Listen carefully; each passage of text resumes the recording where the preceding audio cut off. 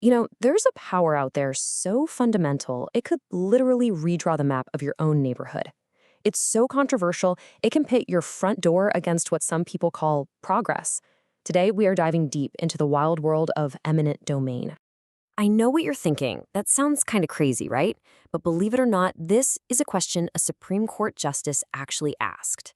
Can the government really take your home? Not for a road or a school, but for a fancy private hotel? The answer, and this might shock you, is yes.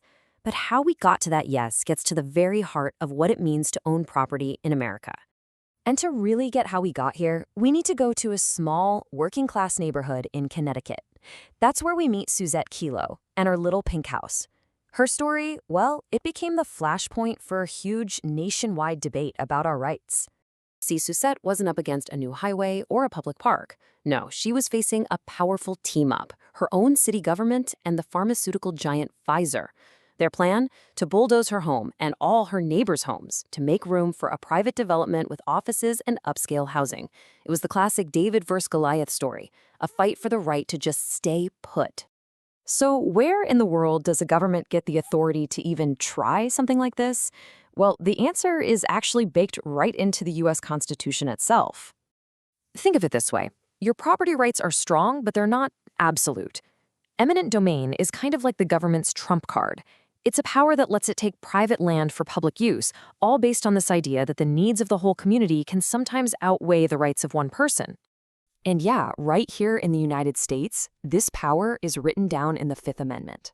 But the so-called takings clause doesn't just grant this power. It also tries to set some really crucial limits on when and how it can be used.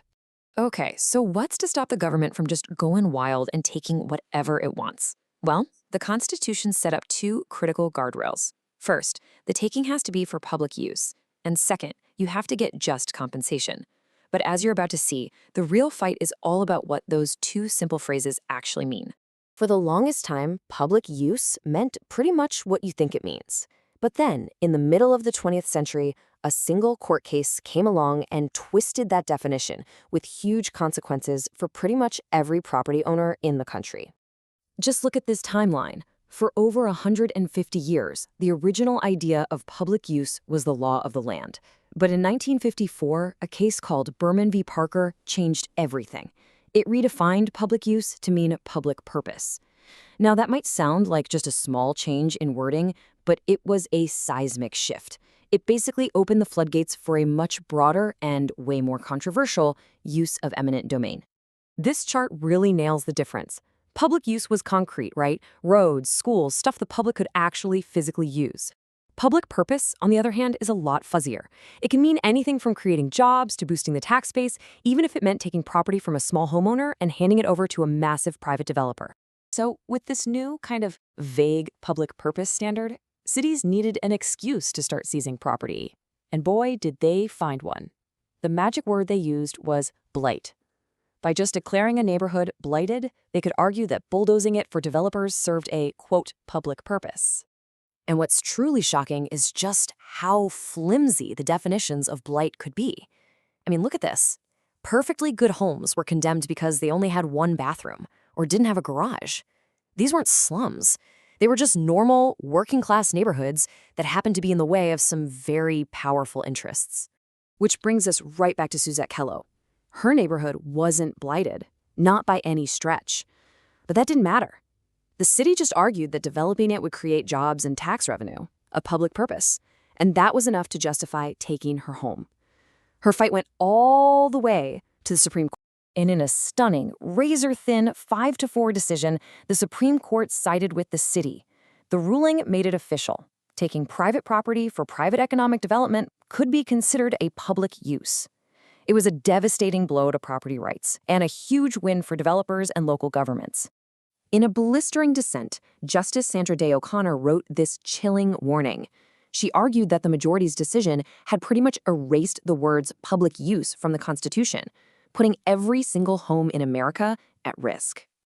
Now, you might be thinking the Kelo case is just a closed chapter in a history book, but the reality is the threat of eminent domain for private gain is very, very much alive today, and one family recently found that out the hard way.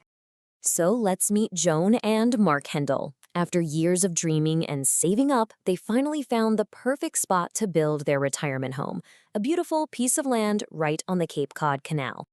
They poured their hearts, their souls, and their savings into building it. And in 2023, they finally moved in, totally ready to start the next chapter of their lives. But almost as soon as they finished unpacking, a letter showed up. It was a notice of condemnation. The state was taking their brand new home to build a new bridge. And here's the cruel irony. The nearby bridge had been declared functionally obsolete years before the Hendels even bought their land. This crucial piece of information, a matter of public record, was somehow just overlooked. It left them facing the absolute nightmare of losing their dream home before they even got a chance to really live in it. The Handels story is, well, it's a stark reminder that this can happen to anyone. But here's the thing, it's also a call to action. If you ever find yourself facing the threat of eminent domain, you need to know that you have options. You can fight back, and this is how you do it.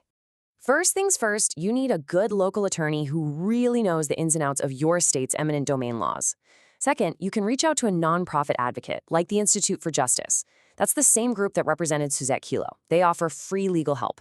And third, you absolutely need an expert appraiser to make sure you get every single penny of that just compensation the Constitution guarantees you. So, where do we draw the line? Is eminent domain a necessary tool for progress, or is it a dangerous weapon that lets the powerful sacrifice the rights of the few?